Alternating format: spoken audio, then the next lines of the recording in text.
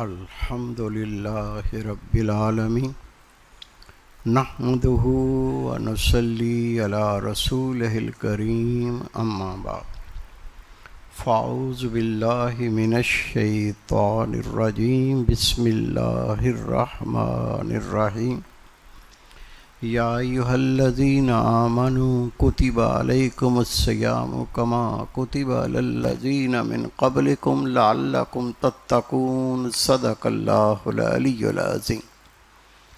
میرے عزیز دوستو، واجب احترام بزرگوں، انتہائی پیارے بیٹوں، میری پیاری ماؤں، بہنوں، بیٹیوں، عاجز ناچیز پر تقصیر گناہ گار بندے نے آپ کے سامنے اللہ تعالیٰ کے پاک کلام میں سے ایک حصہ تلاوت کرنے کا شرف حاصل کیا۔ رب العزت سے دعا ہے وہ پاک ذات عاجز کو صحیح مفہوم بیان کرنے کی، آپ سب کو سننے کی، ہم سب کو اس پر عمل کرنے کی توفیق عطا فرمائے۔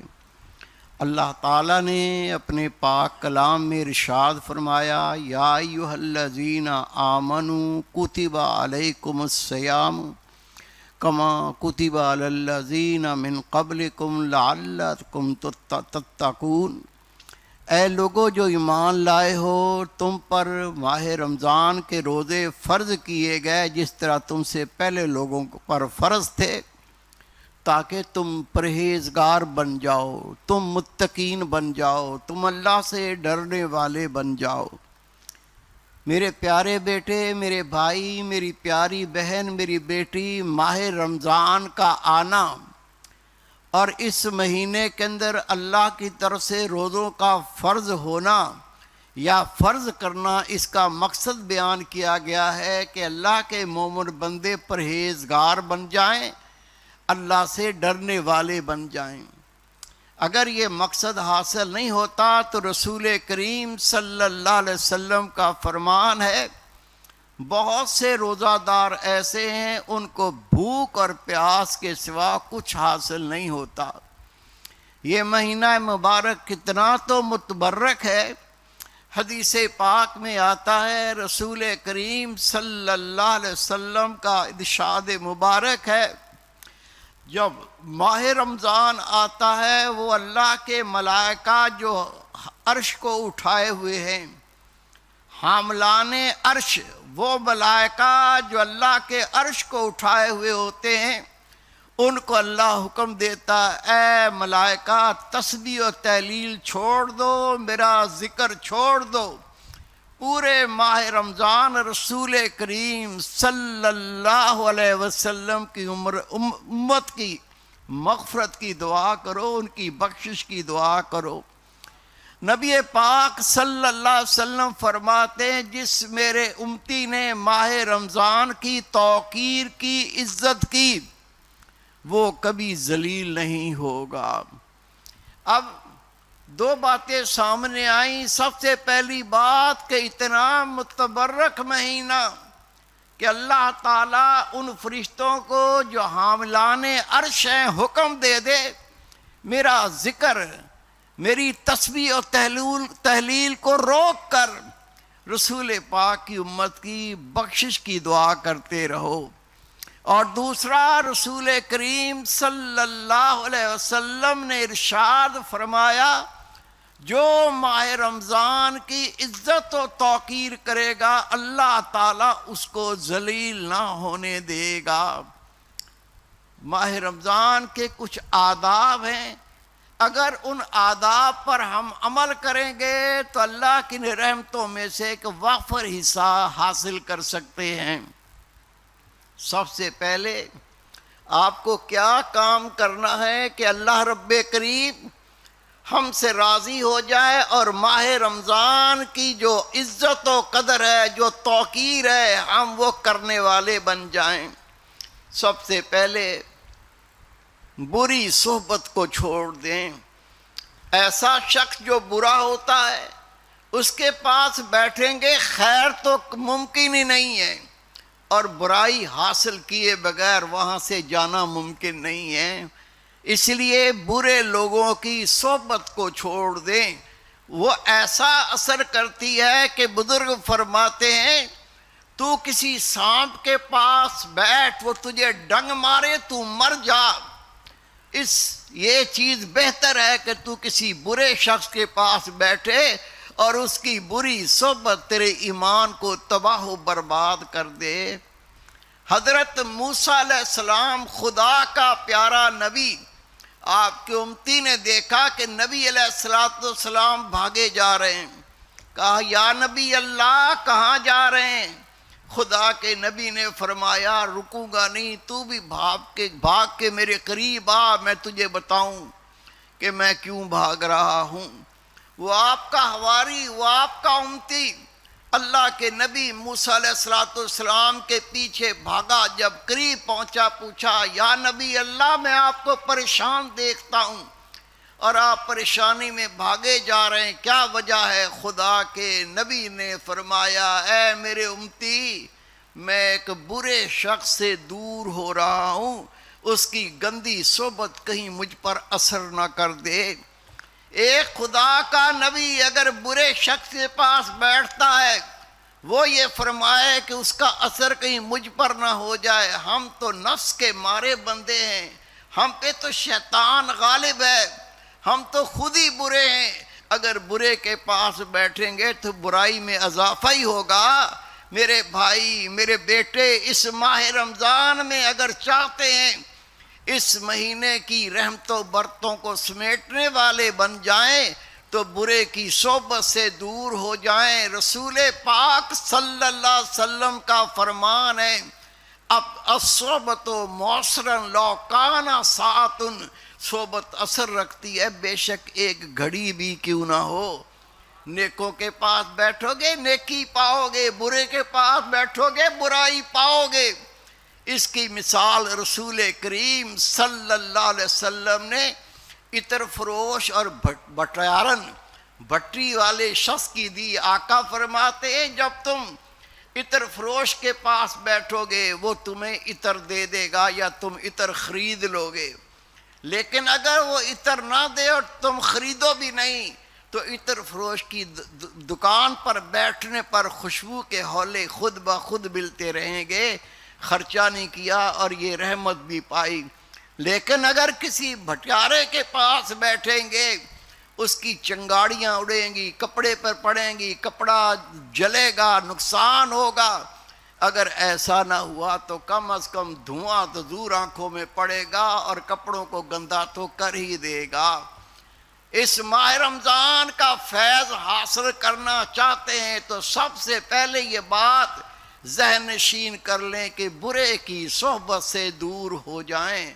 وہ برا اپنا اثر چھوڑے گا، وہ برائی پیدا کرے گا، اور اس ماہ رمضان کے اکرام اور احترام سے آپ دور ہو جائیں گے، اور یہ بہت بڑا گناہ ہے۔ دوسرا، لوگوں سے میل جول انتہائی کم کر دیں۔ کہیں بیٹھیں گے آپ دیکھ لیں، جا کے بات کر کے دیکھ لیں، یا چغلی کرے گا، غیبت کرے گا، کوئی بہتان باندھ رہا ہوگا، اور اگر چغلی غیبت نہیں کر رہا، فحش کلامی نہیں کر رہا تو لا یعنی باتیں تو اس کا تو مطلب ہی کوئی نہیں ہے، ایسے ہی گپے مار رہے ہیں، لطیفے سنا رہے ہیں، بیکار کہانیاں بیان ہو رہی ہیں۔ میرے بھائی، میرے بیٹے، ہم اس کو گناہ نہیں سمجھتے، حالانکہ یہ بھی گناہ ہے۔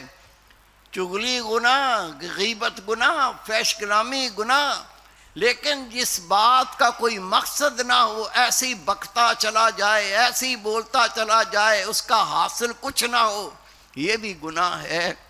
حدیث پاک میں آتا ہے جنگ بدر میں نبی پاک کا کہ صحابی وہ شہید ہو گیا، اس کی ماں کو پتہ چلا، ماں بھاگی ہوئی میدان میں پہنچی، اپنے بچے کا لاشا دیکھا، اپنی چادر کو پکڑ کر اس کے چہرے سے مٹی گرد ہٹا رہی ہیں اور ساتھ کہہ رہی ہیں تجھے جنت مبارک ہو، تجھے جنت مبارک ہو۔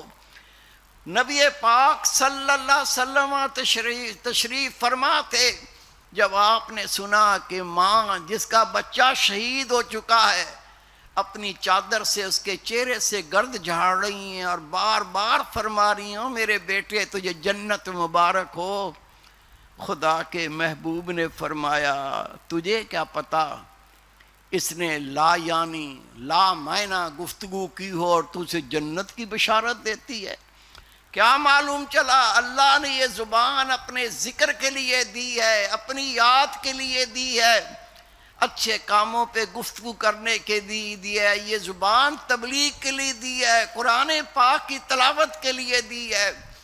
اگر ہم اس زبان کو لا معنی باتوں میں خرچ کریں گے یہ اللہ کی نعمت کی ناشکری ہوگی۔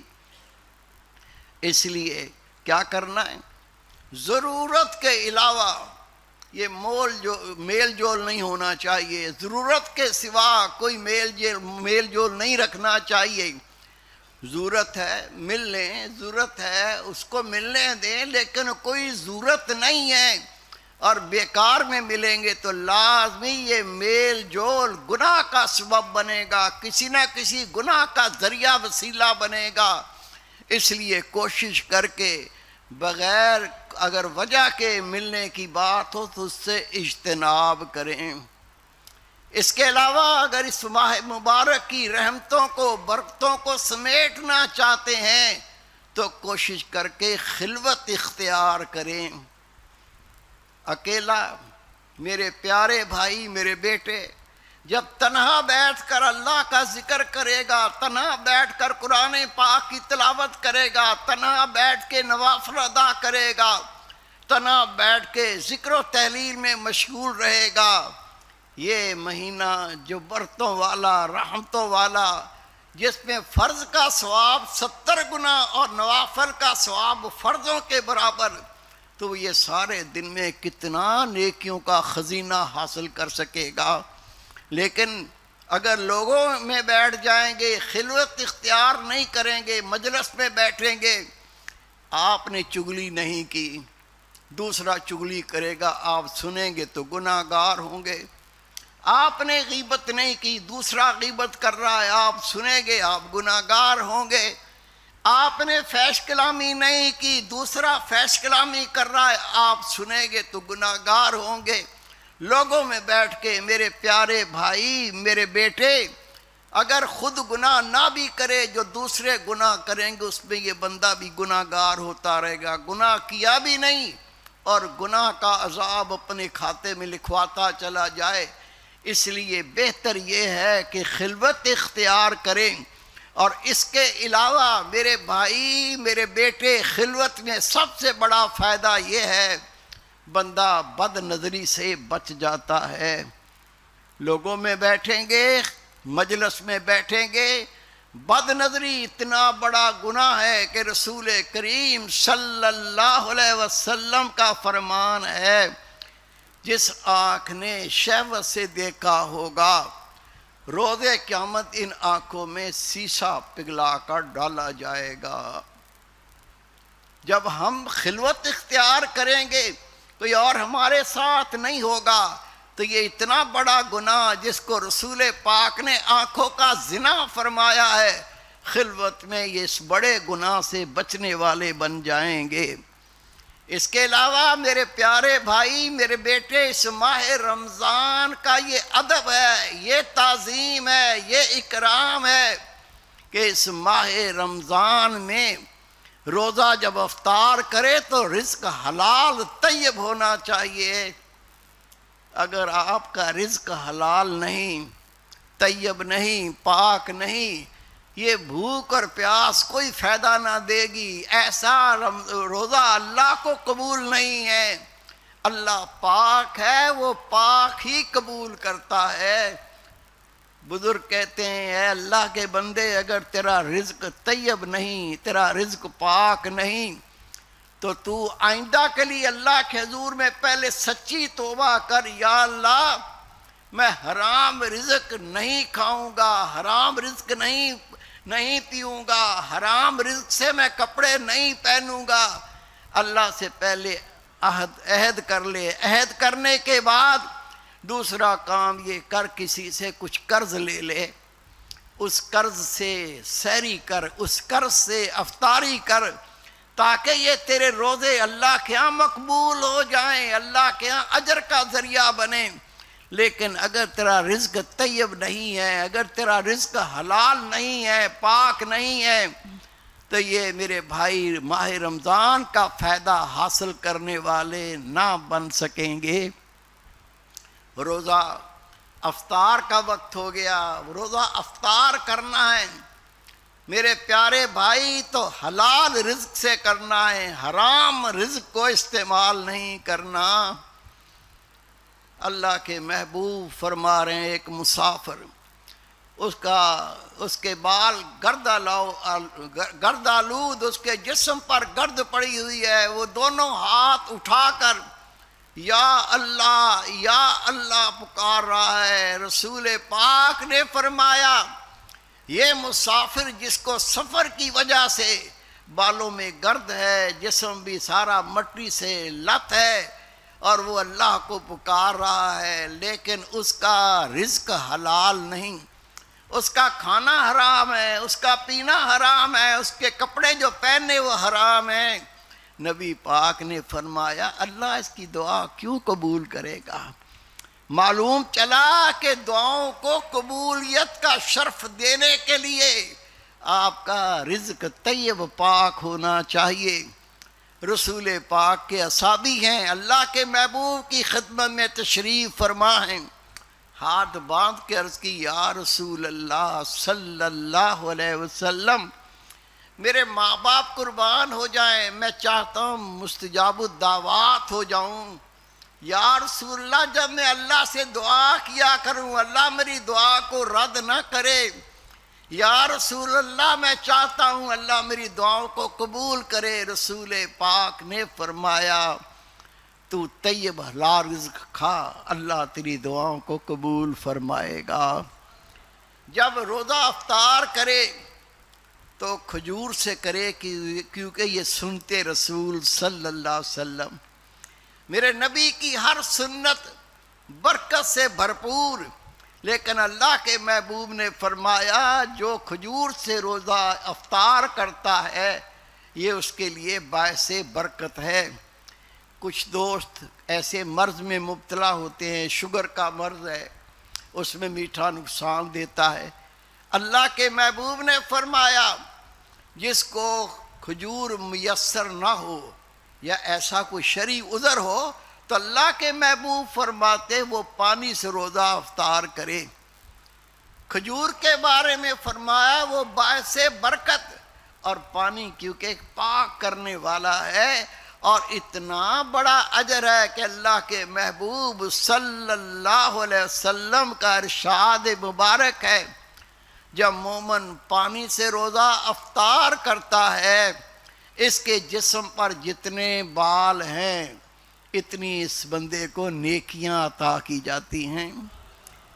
میرے بھائی میرے بیٹے، روزہ افطار کیا جاتا ہے، گھروں کے اندر اکثر دیکھنے میں آتا گھر کا بڑا الگ بیٹھا ہوا ہے، امی جان الگ بیٹھی ہوئی ہیں، بچے جو الگ بیٹھے ہوئے ہیں، نہ کوئی تعلق، نہ کوئی نسبت، نہ کوئی آپس میں محبت، نہ آپس میں کوئی پیار۔ جب اللہ کا مومن بندہ، گھر کے سارے افراد، گھر کا بڑا اپنی بیوی اہل و عیال کے ساتھ بیٹھ کر روزہ افطار کرتے ہیں تو اللہ کے محبوب صلی اللہ علیہ وسلم کا فرمان ہے ہر لقمے کے بدلے میں اللہ ایک غلام آزاد کرنے کا ثواب عطا فرماتا ہے۔ میرے بھائی میرے بیٹے، یہ ماہ رمضان جو کام نیکی کے کرتے ہیں یہ تو نیکیوں کے خزانے عطا کرنے کا ذریعہ ہے۔ جب روزہ رکھیں تو سحری کرنا سنتے رسول ہے۔ صبح جاگنا پریشانی کا سبب بنا کر بیٹھ گیا، یار مجھے صبح آنکھ نہیں کھلتی، میں نے تو ایسے ہی روزہ سحری کے بغیر رکھ لیا۔ اسے معلوم ہونا چاہیے یہ سنتے رسول صلی اللہ علیہ وسلم کے خلاف ہے۔ میرے محبوب سحری کیا کرتے تھے، آپ بے شک ایک گھونٹ پانی پی کے ہی سحری کر لیں، لیکن سنت کو ادا کریں، کیونکہ نبی پاک کی یہ سنت ہے سحری کرنا۔ جب آپ سحری کریں گے تو سنت کا ثواب پائیں گے۔ کتنا بڑا ثواب ہے! اللہ کے رسول صلی اللہ علیہ وسلم کا ارشاد مبارک ہے، سحری میں مومن جتنے لقمے کھاتا ہے، ایک لقمے کے بدلے میں اللہ تعالیٰ 60 سال کی عبادت کا ثواب عطا فرماتا ہے۔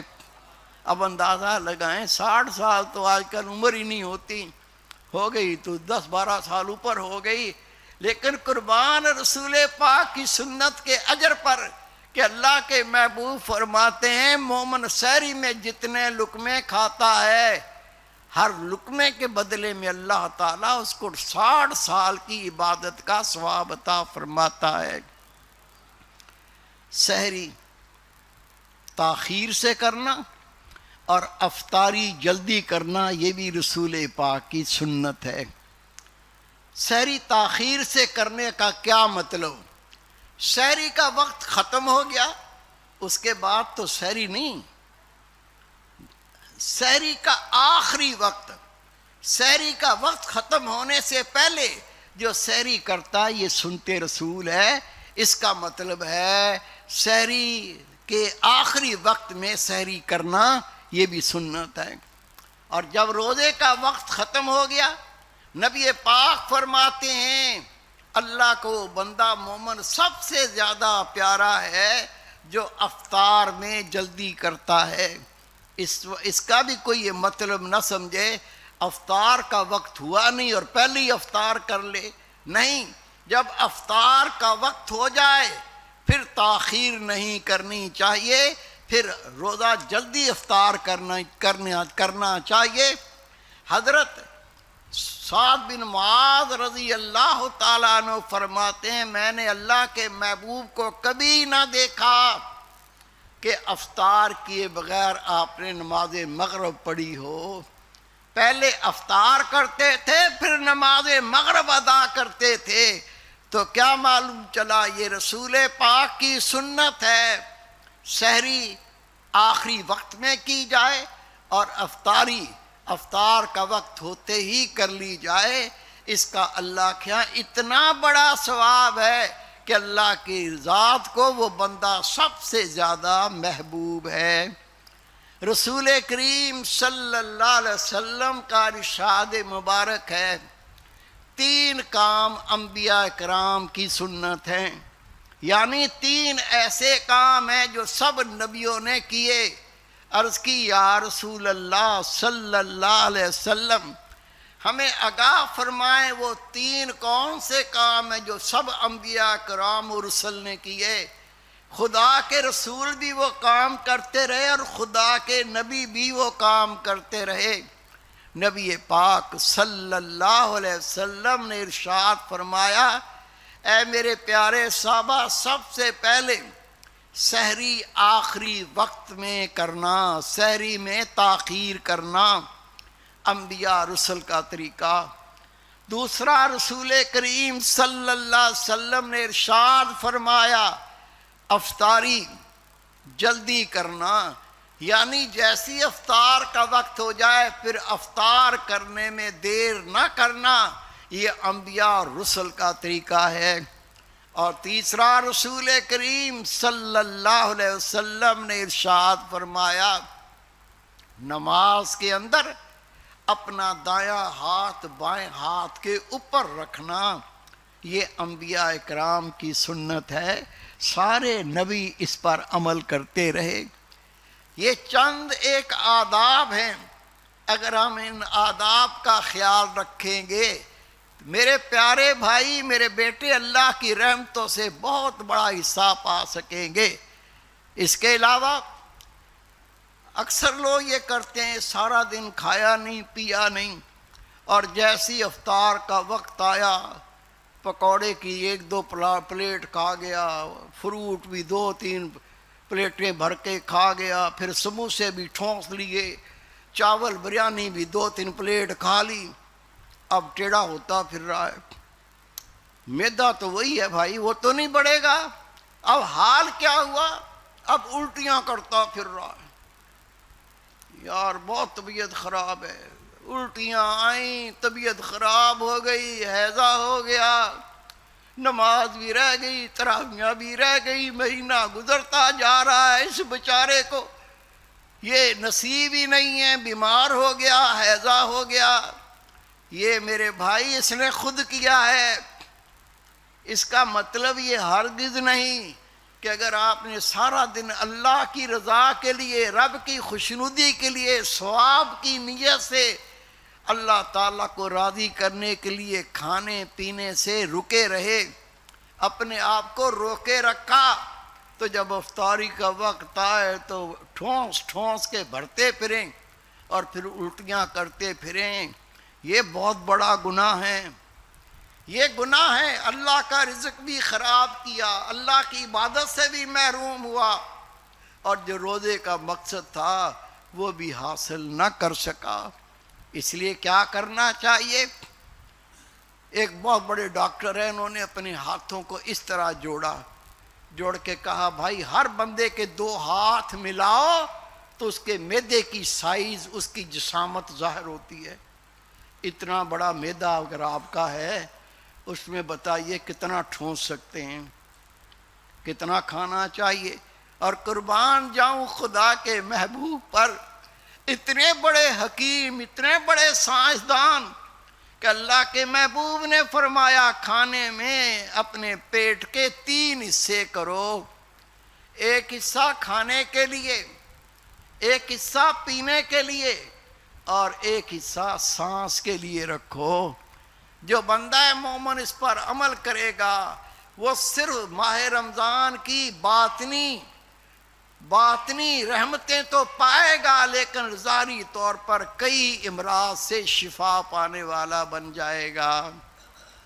اس کے ساتھ ساتھ جب آپ کھاتے ہیں اپنے ذہن میں ان مومنوں کو بھی رکھیں جن کے پاس کھانے کو کچھ نہیں، وہ سحری کے لیے پریشان ہیں، افطاری کے لیے پریشان ہیں۔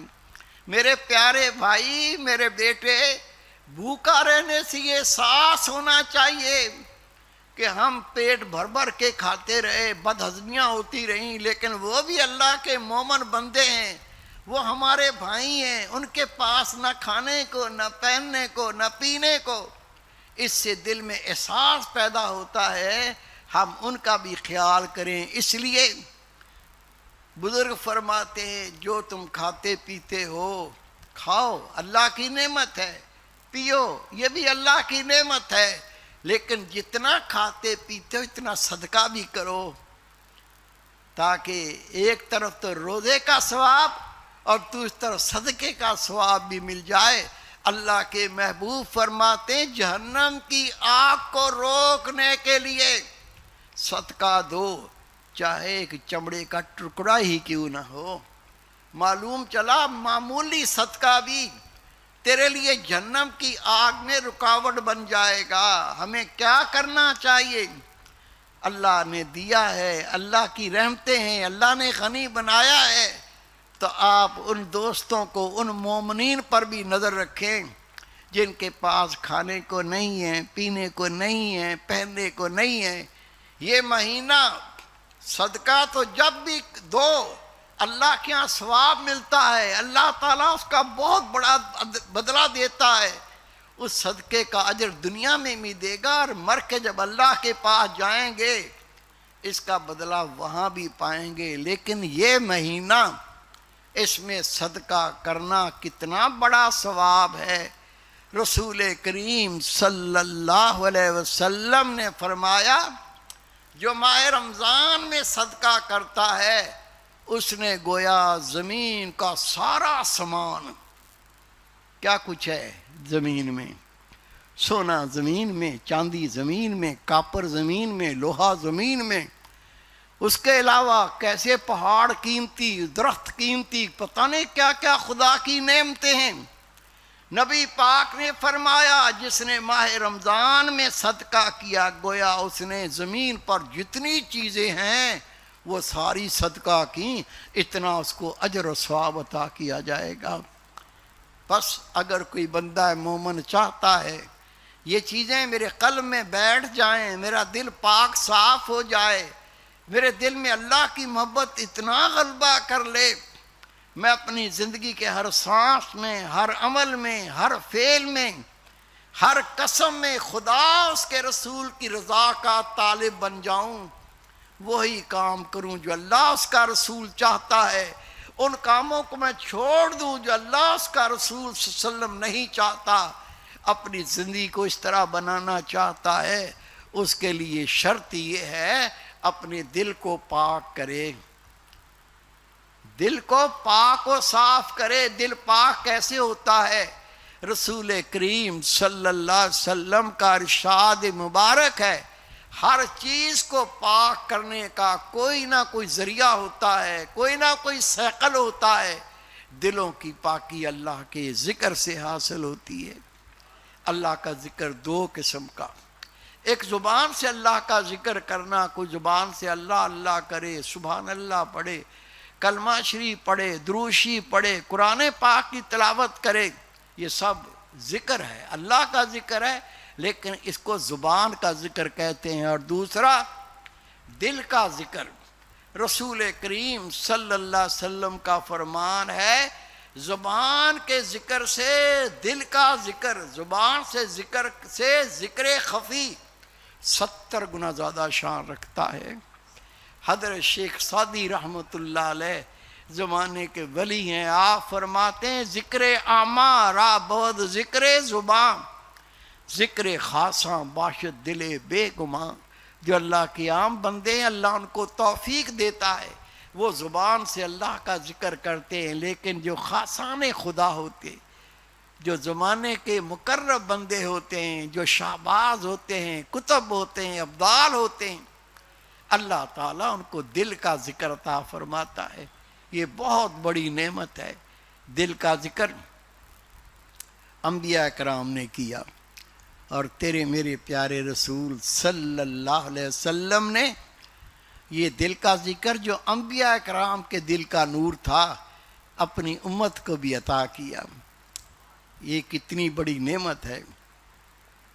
بہت بڑے محدث لکھتے ہیں جس کو دل کا ذکر مل جائے اور وہ کر لے، اس کے سب کام خود بخود ہونے لگتے ہیں۔ میں ایک دوست کو طریقہ بتا دیتا ہوں، اجازت کٹھی دے دوں گا، آپ دل کے ذکر کی اجازت پانے کے بعد کریں گے، انشاءاللہ چند دنوں میں آپ کے دل کی زبان کھل جائے گی، اور حال یہ ہوگا ہاتھوں سے کام ہوں گے، دل اللہ کا ذکر کرے گا، زبان سے کاروبار چلیں گے، دل اللہ کا ذکر کرے گا، آنکھیں سوئی ہوں گی، دل اللہ کا ذکر کرے گا۔ یہ بندہ مر جائے گا، روح نکل جائے گی، مر کے بھی دل اللہ کا ذکر کرے گا۔ کیسے کرنا ہے؟ میری طرف دیکھیں، یہ دل کی جگہ ہے، یہ اللہ کی محبت کا مقام ہے، یہ خدا کی معرفت کا مقام ہے۔ ہر وقت اٹھتے بیٹھتے چلتے پھرتے کھاتے پیتے پڑھتے پڑھاتے جو کام کر رہے ہیں کریں، گندا کام نہ ہو، اچھا کام 24 گھنٹے کریں، کوئی منع نہیں ہے، لیکن ہر وقت اپنا خیال یہاں رکھ کے سنیں، میرا دل کہتا ہے اللہ اللہ اللہ۔ مرد عورت کوئی بھی ہو، اس کا دل بائیں طرف پستان سے 2 انگلی نیچے ہوتا ہے۔ حدیث پاک ہے قلب المومن بیت الرحمن، مومن کا دل اللہ کا گھر ہوتا ہے۔ ہم نے کلمہ پڑھا، مومن تو ہیں، دل ہمارے اللہ کا گھر نہیں۔ کیوں نہیں؟ اللہ پاک ہے، ہمارے دل گندے ناپاک غلیظ، یہ دل اللہ کا گھر نہیں بن سکتا۔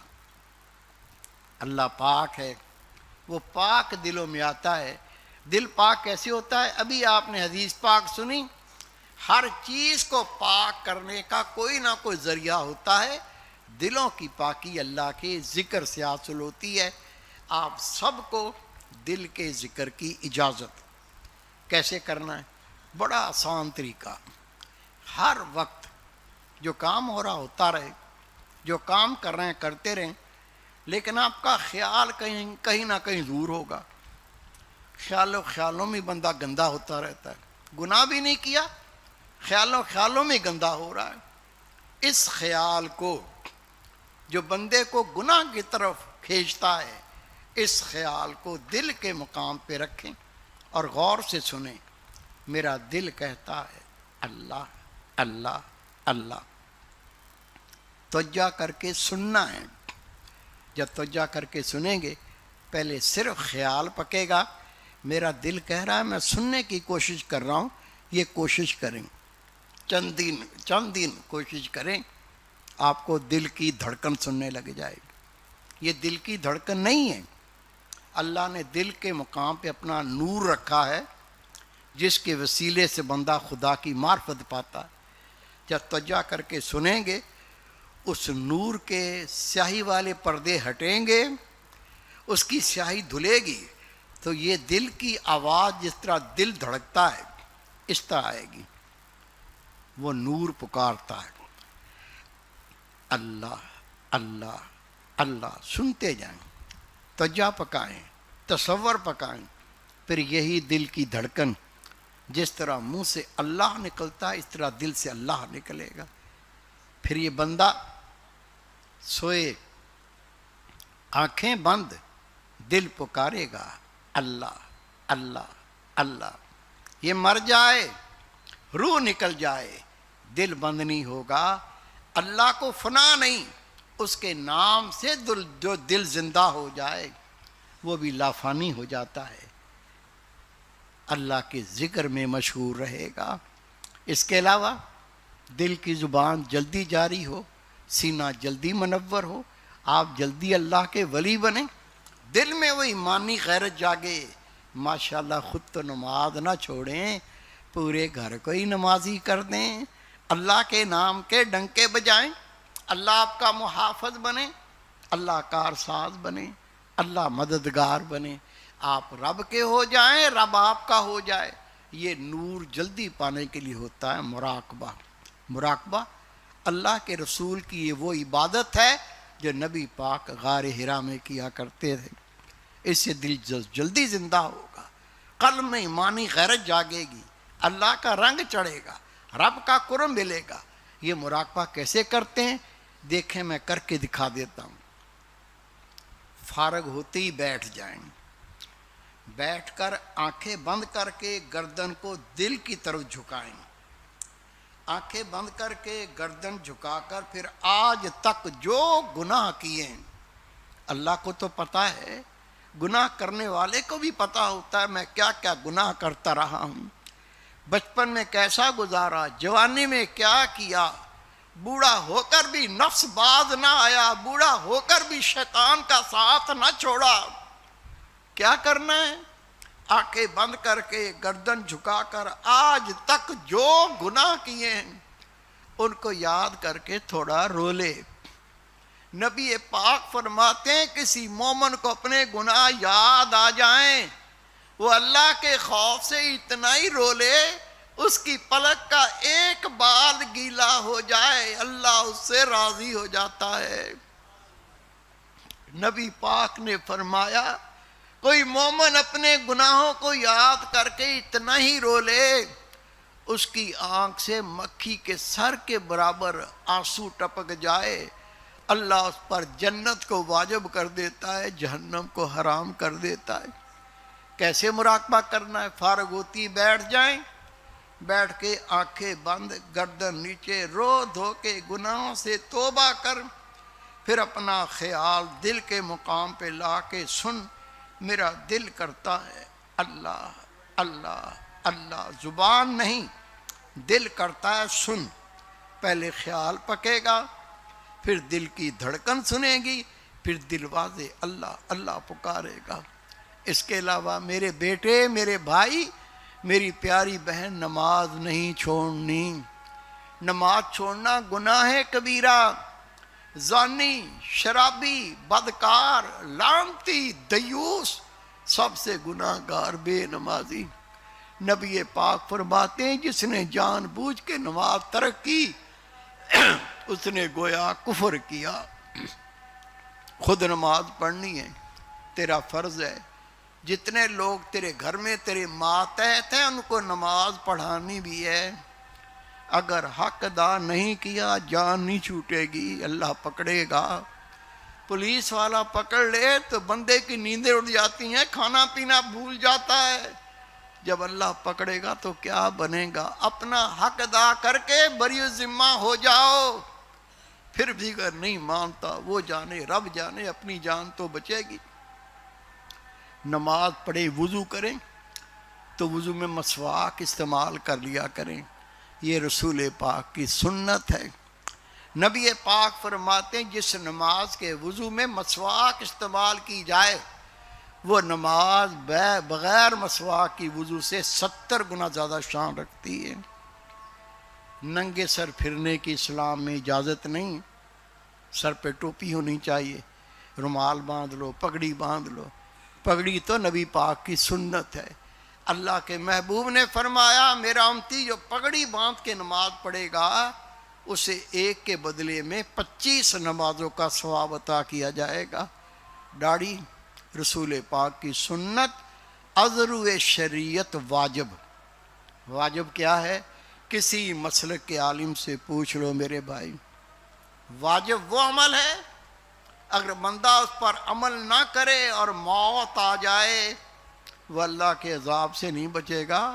داڑھی بھی واجب ہے، اس کی حد آنکھیں کھول کے دیکھ لیں، کم از کم 4 انگلی، دیکھ رہے ہیں، 1 مٹھی، یہ بڑی ہو گئی ہے، اس کو چاہے تو کاٹ سکتا ہے، نہ کاٹے تو کوئی گناہ نہیں، لیکن 4 انگلی 1 مٹھی سے 1 رتی چھوٹی نہیں کر سکتا۔ داڑھی کٹوانا، داڑھی مڈوانا، 1 مٹھی سے چھوٹی کرنا گناہ کبیرہ۔ رسول پاک کا فرمان ہے داڑھیوں کو بڑھاؤ، مونچھوں کو پست کرو، مشرکین کی مخالفت کرو۔ فکر نہیں، میری عرض ہے، میری درخواست ہے، آپ یہ ذکر کر لو۔ کتنا آسان طریقہ ہے، کوئی محنت نہیں، کوئی کام چھوڑنا نہیں پڑتا، کوئی زور نہیں لگانا پڑتا، یہ آپ کا خیال ہے، اس خیال کو دل سے نہ ہٹنے دو اور تجا کر کے سنو۔ میرا دل کہتا ہے اللہ اللہ اللہ۔ جب تجا کر کے سنیں گے پہلے خیال پکے گا، پھر دل کی دھڑکن سنے گی، پھر دل واضح اللہ اللہ پکارے گا، پھر اس بندے کو موت آئے گی، دل کبھی نہیں مرے گا۔ اس کے علاوہ میرے بھائی، میرے بیٹے، اللہ نے زبان بھی اپنے ذکر کے لیے دی ہے۔ سارا دن رات 24 گھنٹے ہوتے ہیں، 24 گھنٹے میں کم از کم 3 تسبیح کلمہ طیبہ، ہر دانے پہ لا الہ الا اللہ، لا الہ الا اللہ۔ تسبیح مکمل ہو جائے تو لا الہ الا اللہ محمد رسول اللہ صلی اللہ علیہ وسلم۔ کم از کم 24 گھنٹے میں 3 تسبیح درود شریف، جو بھی درود شریف پڑھے نور ہی ہے سارے کا سارا۔ رات کو سونے کا وقت آ گیا، اللہ نے رات آرام کے لیے بنائی ہے۔ جو دن میں کمی کوتاہی ہو گئی، کوئی زبان سے گناہ ہو گیا، آنکھوں سے حرام دیکھ لیا اور کسی سے ناجائز کر لیا، اس کو یاد کر کے نادم ہو کر استغفار پڑھتے پڑھتے سو جا۔ جتنے اللہ کے ولی بنے، جتنے خدا کے دوست بنے، اسی طریقے سے بنے، عمل کریں گے انشاءاللہ تعالی۔ دین، دنیا، قبر، قیامت، عزت، مال، دولت، ہر جگہ ترقی، رحمت، خدا کا فضل، دین میں بھی کامیاب، دنیا میں بھی کامیاب۔ وما توفیق الا باللہ۔ یہ چند ایک اعلانات سن لیں۔ ہمارے پاس یہ لٹریچر ہوتا ہے،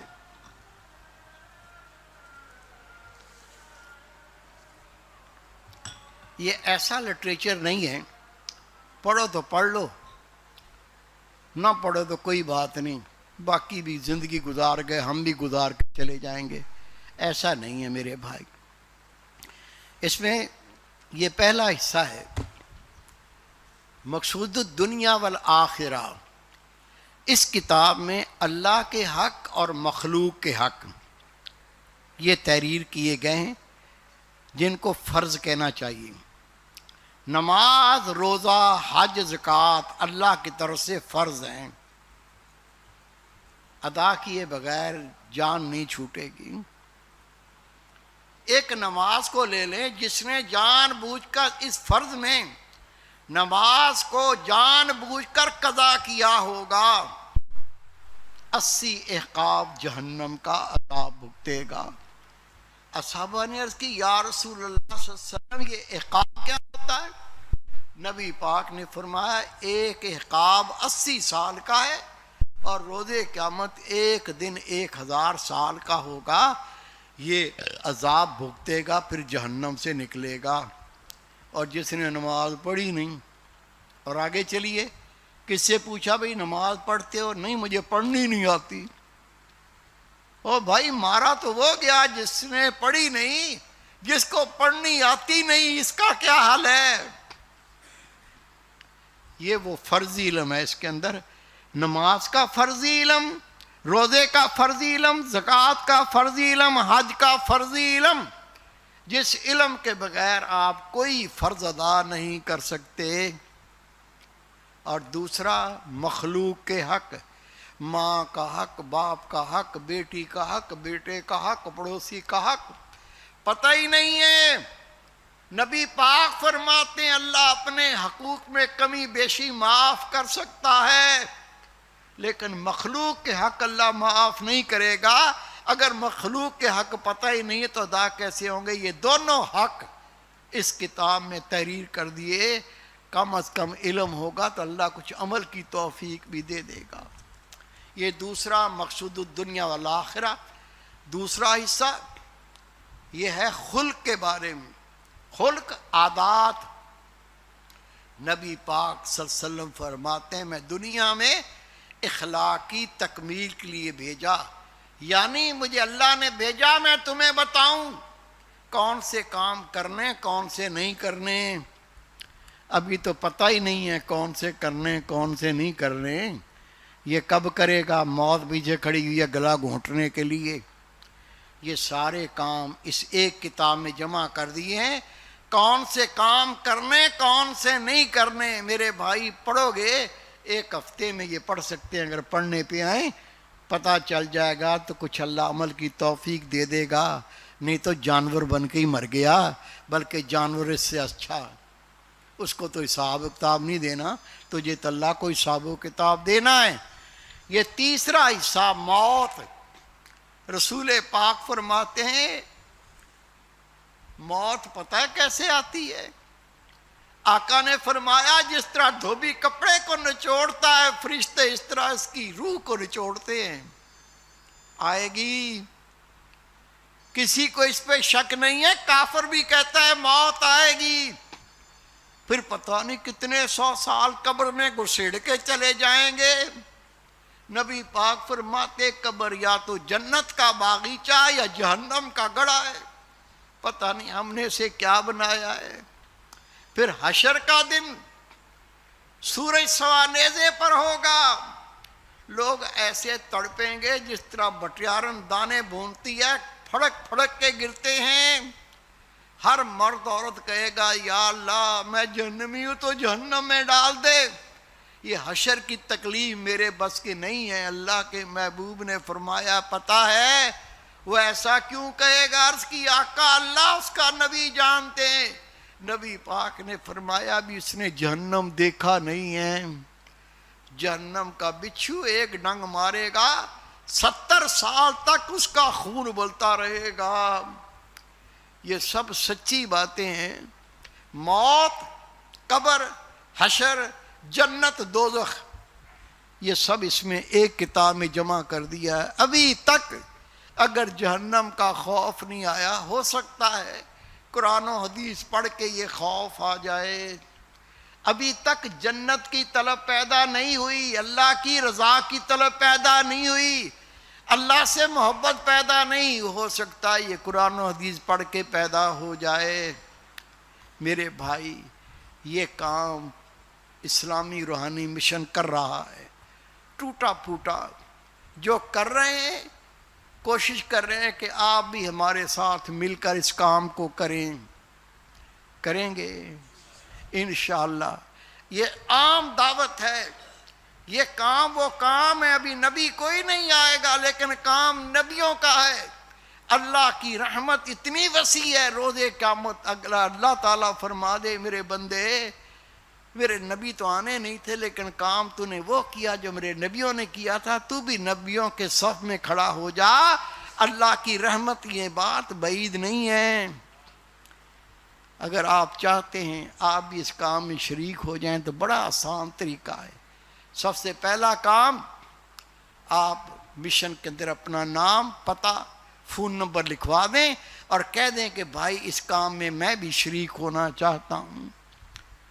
یہ عہد کرنے کے بعد یہ 3 کتابوں کا سیٹ ہے، یہ لے لیں، اپنے گھر سے شروع کریں، 15-20 منٹ پڑھ کے سنائیں، جس کو جو بات سمجھ میں نہ آئے ان کو سمجھائیں، اور اگر آپ کی سمجھ میں کوئی بات نہیں آتی تو یہاں مرکز آ جائیں، یہاں علماء کرام بیٹھے ہیں، آپ سے فیس نہیں لیں گے، آپ سے کوئی اس کا ٹیوشن فیس نہیں وصول کریں گے، اللہ کی رضا کے لیے آپ کو سمجھا دیں گے۔ پہلے گھر میں شروع کریں، پھر محلے میں شروع کریں، پھر مسجد میں چلے جائیں، پھر پھیلتے چلے جائیں۔ اگر سارے نبی پاک کے غلام خدا کے امتی مل کے کوشش کریں، خدا کی قسم یہ پورا ملک نور و نور ہو سکتا ہے۔ اس کام کے لیے جب آپ نے عزم کر لیا تو نبی پاک کے پاس جو صحابہ کرام آتے تھے اس عزم کو لے کے آتے تھے، خدا کے محبوب ان کو دین سکھاتے تھے، وہ پھر آگے سکھاتے تھے۔ یہ انہی کی تو مہربانی ہے، اللہ نے ہمیں بھی کلمہ نصیب کر دیا، ہمیں مومنوں میں شمار کر دیا۔ اب یہ ہم پر فرض ہوتا ہے ہم آگے اس پیغام کو پہنچائیں، اور جو اس کام کو پہنچانے کے لیے نبی پاک کے پاس آتا تھا تو خدا کے رسول اس سے توبہ کی بیعت لیتے تھے، پھر صدیق اکبر بیعت لیتے تھے، پھر عمر فاروق بیعت لیتے تھے۔ یہ سلسلہ قیامت تک جلے گا۔ ہم بھی سنت کو ادا کر رہے ہیں۔ میں آپ کو بیعت کی دعائیں پڑھاتا ہوں، اور نبی پاک فرماتے ہیں یہ بیعت، توبہ بیعت کے بعد مومن ایسا پاک ہو جاتا ہے جیسے ابھی ماں کے بطن سے پیدا ہوا۔ ہم پہلے یہ سنت ادا کر رہے ہیں، بیعت کی میں دعائیں پڑھاتا ہوں، آپ بھی میرے ساتھ پڑھ لیں، اور پھر جو بھی طریقہ بتایا ہے ساتھ اٹیچ ہو جائیں۔ انشاءاللہ تعالی یہ آپ کا منسلک ہو جانا، اس کام کا عزم کرنا دنیا آخرت میں کامیابیوں کا ذریعہ بن جائے گا۔ سب پڑھیں بسم اللہ الرحمن الرحیم۔ آمنت باللہ وملائکتہ وکتبہ ورسلہ والیوم الآخر والقدر خیرہ وشرہ من اللہ تعالی والبعث بعد الموت۔ اشہد ان لا الہ الا اللہ وحدہ لا شریک لہ واشہد ان محمدا عبدہ ورسولہ۔ استغفر اللہ تعالی ربی من کل ذنب واتوب علیہ۔ دعائے خیر۔ اللہم صلی علی سیدنا مولانا محمد وعلی آل سیدنا مولانا محمد بارک وسلم علیہ۔ ربنا آتنا فی الدنیا حسنۃ فی الآخرۃ حسنۃ وقنا عذاب النار وادخلنا جنت مع الابرار یا عزیز و یا غفار و یا رب العالمین۔ صلی اللہ تعالی علی خیر خلق محمد و آلہ وصحبہ اجمعین۔